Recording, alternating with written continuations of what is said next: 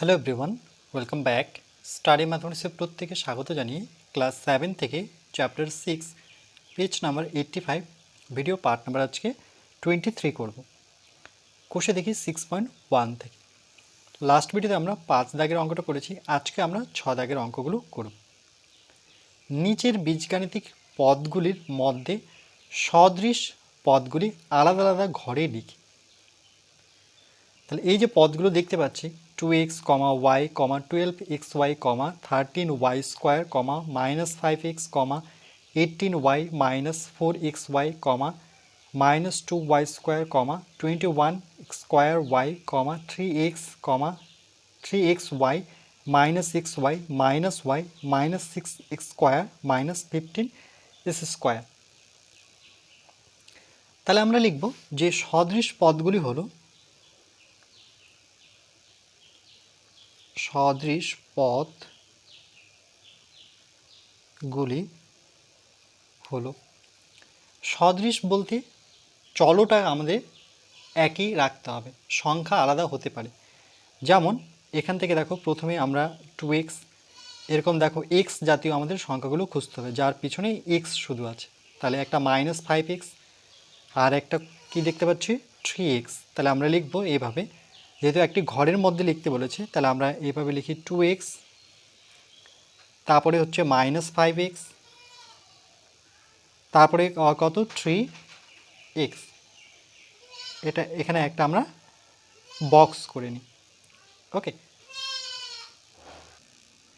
এরপরে আমরা y চলগুলোকে খুঁজব, শুধু y, যেখানে শুধু y আছে। তাহলে এখানে দেখো একটা y আছে। এরপর যেখানে y আছে দেখো এখানে y আছে, সংখ্যা যে কোনো থাকতে পারে। তাহলে এখানে একটা খুঁজে পেলাম, সেটা হচ্ছে 18y।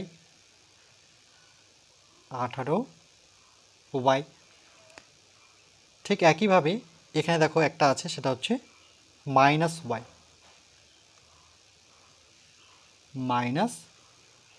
আর তো নেই, শুধু y। তাহলে এটাকে আমরা একটা ঘরের মধ্যে রাখি। এগুলো দেখো সদৃশ, শুধু y থাকলো, পিছনেটা দেখতে হবে y, যেমন এখানে x। ঠিক একইভাবে আমরা এবার xy খুঁজি। তাহলে এখানে প্রথমে আছে 12xy। তাহলে 12xy, আবার xy খুঁজতে হবে। দেখো এখানে আছে -4xy, -4xy। তারপরে দেখো এখানে আমরা যদি দেখি তাহলে 3xy পাচ্ছি একটা।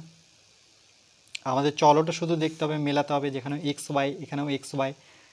আর একটা খুঁজে পেলাম 3xy। আর এখানে দেখো এখানে একটা আছে xy, শুধু xy নয়, এখানে আছে -xy। তাহলে কিন্তু মাইনাসটাও নিতে হবে, -xy। প্রত্যেকটার পিছনে যদি আমরা লক্ষ্য করি তাহলে কি পাবো, xy আর xy। এখানে কিন্তু মাইনাস দিয়ে কিন্তু এটাকে আলাদা করতে পারবো না, আর 4 দিয়েও কিন্তু আলাদা করতে পারবো না। আমাদের দেখতে হবে xy পদগুলো কোথায় আছে, সেগুলো আমাকে খুঁজতে হবে। তার সামনে সংখ্যা প্লাস থাকতে পারে, মাইনাস থাকতে পারে, 12 থাকতে পারে, 11 থাকতে পারে, 10 থাকতে পারে। এরপর আমরা খুঁজব y স্কোয়ার যুক্ত পদ। তাহলে প্রথমে পাচ্ছি 13y স্কোয়ার। এরকম y স্কোয়ার যদি খুঁজি তাহলে এখানে একটা আছে দেখো -2y স্কোয়ার, -2y স্কোয়ার। আর কিন্তু নেই, তাহলে এখানে দুটোই হচ্ছে y স্কোয়ার যুক্ত পদ। এরপর আমরা খুঁজব x স্কোয়ার y যুক্ত পদ, x স্কোয়ার y যুক্ত পদ। তাহলে 21x স্কোয়ার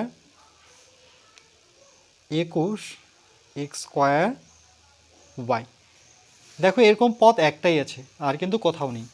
তাহলে একটা পদই আছে যেখানে x স্কোয়ার আর y সাথে আছে। তারপরে দেখো -6s স্কোয়ার।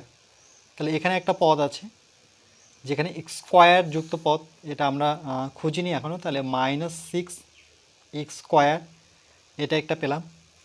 আর একটা x স্কোয়ার দেখো এখানে আছে, সেটা হচ্ছে 15 S square minus 15 S square. দেখো পুরোটা কিন্তু কমপ্লিট হয়ে গেল, কোথাও আর নেই। তাহলে বুঝতে পারছি সদৃশযুক্ত পদগুলো, যে পিছনে যে পদটা আছে, যেমন এক্স স্কোয়ার ওয়াই একটাই আছে, এখানে এক্স জাতীয় আছে, এখানে ওয়াই জাতীয় আছে, এখানে এক্স ওয়াই জাতীয় আছে, এখানে ওয়াই স্কোয়ার আছে, এখানে এক্স স্কোয়ারগুলো পদগুলোকে আমরা আলাদা করলাম। সদৃশ কথার অর্থ হচ্ছে দেখতে একই।